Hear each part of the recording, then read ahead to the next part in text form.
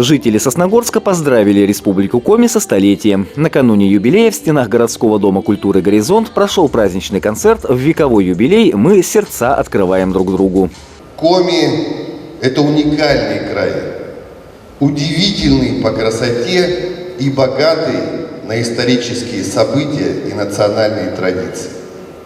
В мире и согласии здесь живут люди разных народностей и вероисповедания. У региона впечатляющие достижения за свое столетие. И за каждым из них стоит не одно поколение талантливых и целеустремленных людей. Каждый из них внес свою лепту в развитие нашего любимого края. Глава района Сергей Дегтяренко вручил сосногорцам, деятельность которых оказала значительное влияние на развитие региона, медаль в память столетия Республики Коми. Награды были удостоены почетный гражданин Сосногорского района Станислав Пахтушкин, ветераны органов местного самоуправления Клавдия Лисейцева и Александра Чупрова, а также ветеран отрасли социальной защиты населения Роза Юдина. Творческим подарком сосногорцам к столетию Республики Коми стало выступление лучших городских коллективов и солистов.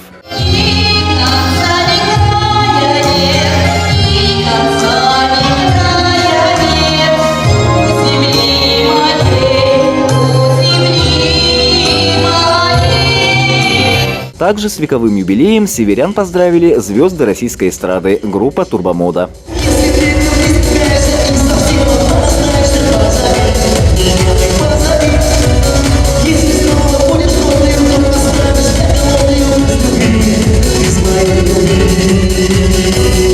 Андрей Калиничев, Евгений Юрин, Вести Тимана, Сосногорск.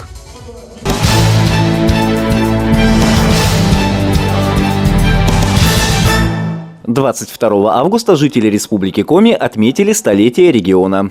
А в национальном масштабе этот день посвящен государственному флагу России. Одному из главных праздников страны в Сосногорске посвятили конкурс рисунков на асфальте, который прошел на площади Дома детского творчества.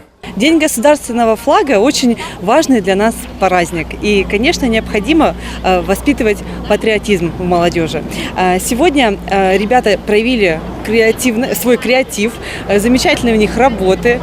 Участие в конкурсе приняли юные горожане. При помощи разноцветных мелков они создали на асфальте произведения, символизирующие государственный флаг России. Сегодня у нас ребята рисуют различные свои творческие потенциалы, пытаясь их отразить как раз-таки в символике государственного флага.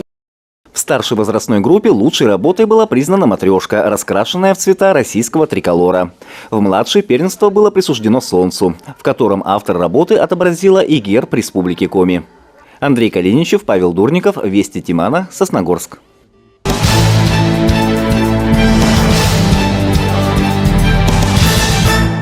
Глава Сосногорского района Сергей Дегтяренко побывал с рабочим визитом в Нижнем Одессе. Он проверил готовность поселка к отопительному сезону и новому учебному году. Первый объект – котельная номер 1. Ее начальник Александр Медведев рассказал о текущем состоянии оборудования. Котлы 1, 2 и 3 в принципе готовы. Осталось произвести гидравлические испытания. То есть, что мы по ним сделали? Произвели механическую чистку котлов. Это со скрытием барабанов. Почистили топки, естественно, экономайзеры. Осталось только, грубо говоря, поменять манометры, сделать гидравлические испытания и вперед. Затем Сергей Дегтяренко в сопровождении руководителя администрации Нижнего Одесса Юрия Аксенова побывал в жилом доме на улице Пионерской. Подготовкой к зиме здесь занимается компания «Жилсервис». Под ее управлением находится 33 дома, то есть половина поселка. По промывке, опрессовке у нас весь жилой фонд помыт.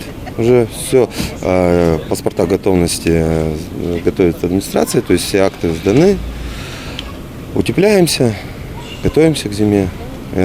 Проблемные участки, которые всплыли в прошлом году по отопительному сезону, заменили уже. Сейчас будем, грубо говоря, утепляться по каждому конкретному санузлу, ходить и производить какие-то работы, смотреть, как утеплитель себя повел уже в этом году. Жильцы отмечают, что сотрудники компании добросовестно исполняют обязанности. Рядом с домом детская площадка, на которой за день оставляют много мусора, рассказывает Надежда Петровна. Дворник проводит уборку ежедневно в 4 утра. А недавно в доме обновили подъезды. У нас стоят пластиковые окна, у нас был внутри ремонт, декоративная штукатурка была. Они занимаются тем, что благоустраивают территорию, содержат ее. Очень хорошо работают уборщики. У нас всегда чисто, всегда вовремя чистится зимой снег, летом мусор. Так что к управляющей компании у нас претензий, в общем-то, нет. Руководитель Нижнеодесской администрации Юрий Аксенов призвал жителей при необходимости предоставлять доступ в подъезды и квартиры коммунальщикам для проведения работ. Ведь это в интересах самих жильцов. Одна единственная проблема, то есть когда ребята начинают готовиться именно по жилому фонду, это, к сожалению, жители, которые периодически препятствуют, так скажем, тем работам, которые необходимо проводить в их жилом доме, в жилых помещениях. А так, в общем, все хорошо, то есть поселок уже процентов на 90 готов, то есть к новому отопительному сезону мы зайдем полностью готовыми и также пройдем зиму. Следующим пунктом поездки была средняя школа номер 1. В ней учатся 520 человек. В этом году набрали 2 первых класса по 25 детей в каждом. В школе завершается ремонт кровли одного из корпусов. Средства выделили из районного бюджета. Мы очень рады, потому что у нас действительно была течь этой кровли, и было неловко и перед родителями, да и сами ночами не спали, когда сильные ливни или сход снега, да, все это протекало в классы. Теперь у нас ливни прошли, ни единой капельки. В школе второй год работает учебный центр «Точка роста», часть реализации национального проекта образования. В 2 кабинетах и рекреации сделали ремонт, закупили современную мебель и технику – планшеты, ноутбуки, дроны, 3D-принтеры, шлем виртуальной реальности. И владение тем оборудованием, которое пришло к нам в «Точку роста», и детям нравится. И мы, взрослые, опять-таки, учимся у детей, потому что с современными гаджетами они лучше обращаются, нежели мы уже, возрастное поколение, так сказать, да. Но то оборудование, которое пришло, оно помогает не только в этих кабинетах, но оно помогает развиваться и самому учителю, и, соответственно, учитель показывает это детям, и дети и на уроках, и во внеурочной деятельности с удовольствием сюда приходят и знакомятся с этим. Сергей Дегтяренко и Юрий Аксенов осмотрели школу. К 1 сентября здесь провели косметический ремонт. Я хочу выразить слова благодарности всем, кто принимал участие в подготовке этой школы к новому учебному году. Все красиво, аккуратно, покрашено, помыто. 2 замечательных класса мне сегодня показали точки роста. Считаю, что, так сказать, педагогический состав подошел с энтузиазмом к исполнению этих точек роста. Красиво, современно, комфортно, уютно. В завершении рабочего визита глава района встретился с жителями в администрации поселка. Он поздравил 4 нижнеодесцев с занесением на доску почета Сосногорского района и вручил им свидетельство. Харитина Куркова трудится воспитателем без малого 30 лет. Дело своей жизни выбрала еще в детстве. Это же каждый день новые эмоции, новые впечатления. Бывают огорчения, бывают радости.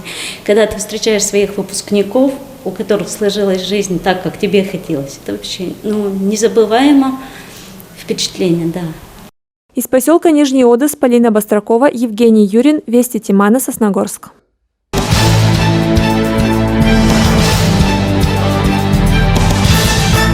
В Сосногорске прошло заседание штаба по подготовке к очередному отопительному сезону. Работа началась с обсуждения вопросов, находящихся на личном контроле главы района.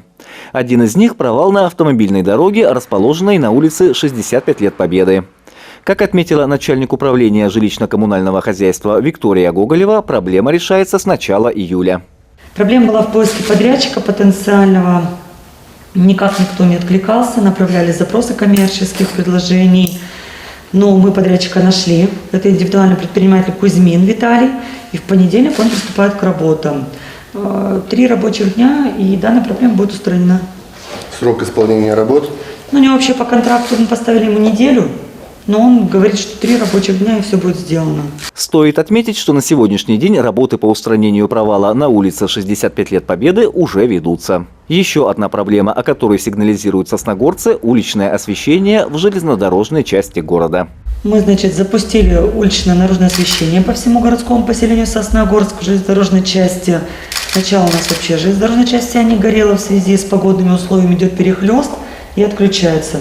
Работы ведет ЭЧ-7. Проблема на сетях. То есть проблема не в светильниках, которые сейчас муниципальные, проблема на сетях. Устраняют. Вчера уже большая часть этой части горела. Устраняют. Ежедневно эта работа ведется. Затем участники совещания приступили к обсуждению предстоящего отопительного сезона. Как отметила представитель Сосногорской тепловой компании, готовность предприятия к зиме составляет почти 100%.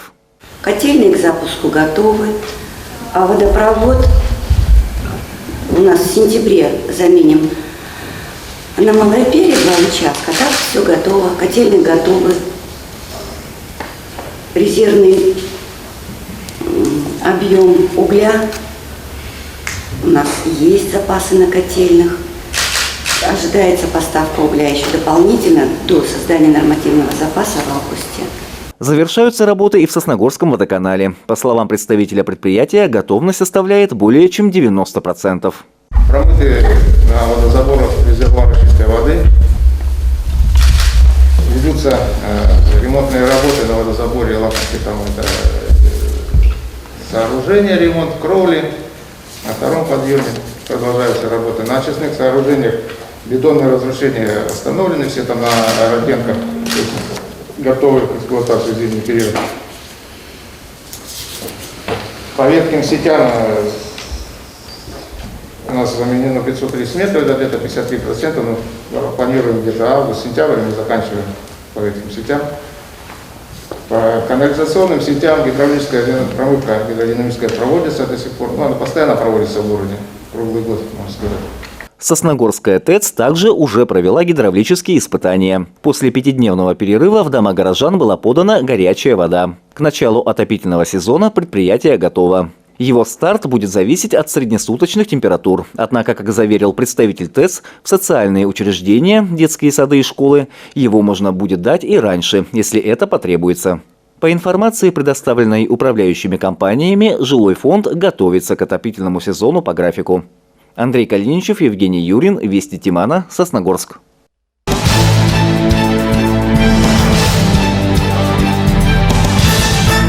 Столетию Республики Коми посвятили сосногорские спортсмены соревнования по горному трейлу, получившие название «Березовая роща». Особенность состязаний заключалась в том, что забег проходил по пересеченной местности, в основном в лесу. В зависимости от возраста атлеты преодолевали дистанцию от 400 метров до 9 километров. История у них еще маленькая, мы их проводим во второй раз в Сосногорске. Специально нашли пересеченную местность, которая соответствует требованиям горного трейла. Вот стали проводить. В числе самых юных победителей Данил и Кирилл Дуркины. Братья посещают лыжную секцию и, несмотря на возраст, уже знают, зачем нужен здоровый образ жизни. Чтобы быть сильным, здоровым и крепким. В соревнованиях приняли участие более 70 спортсменов. Вместе с сосногорцами на старт вышли гости из Вуктыла, Ухты и Сыктывкара. Организация очень интересная. Очень понравилось то, что в первую очередь для детей делают тут старт. Взрослые уже, так скажем, мы второстепенные, дети будущее. Вот. В целом трасса, разметка, все устроила. Принял участие, исключительно для себя. Хотел проверить свои силы. Дистанция такая длинная, мне очень понравилась. Высокие подъемы, резкие спуски. Победители горного трейла получили в качестве награды не только традиционные грамоты. Главными призами соревнований стали оригинальные деревянные статуэтки, специально изготовленные для призеров Березовой рощи. Андрей Калиничев, Евгений Юрин, Вести Тимана, Сосногорск.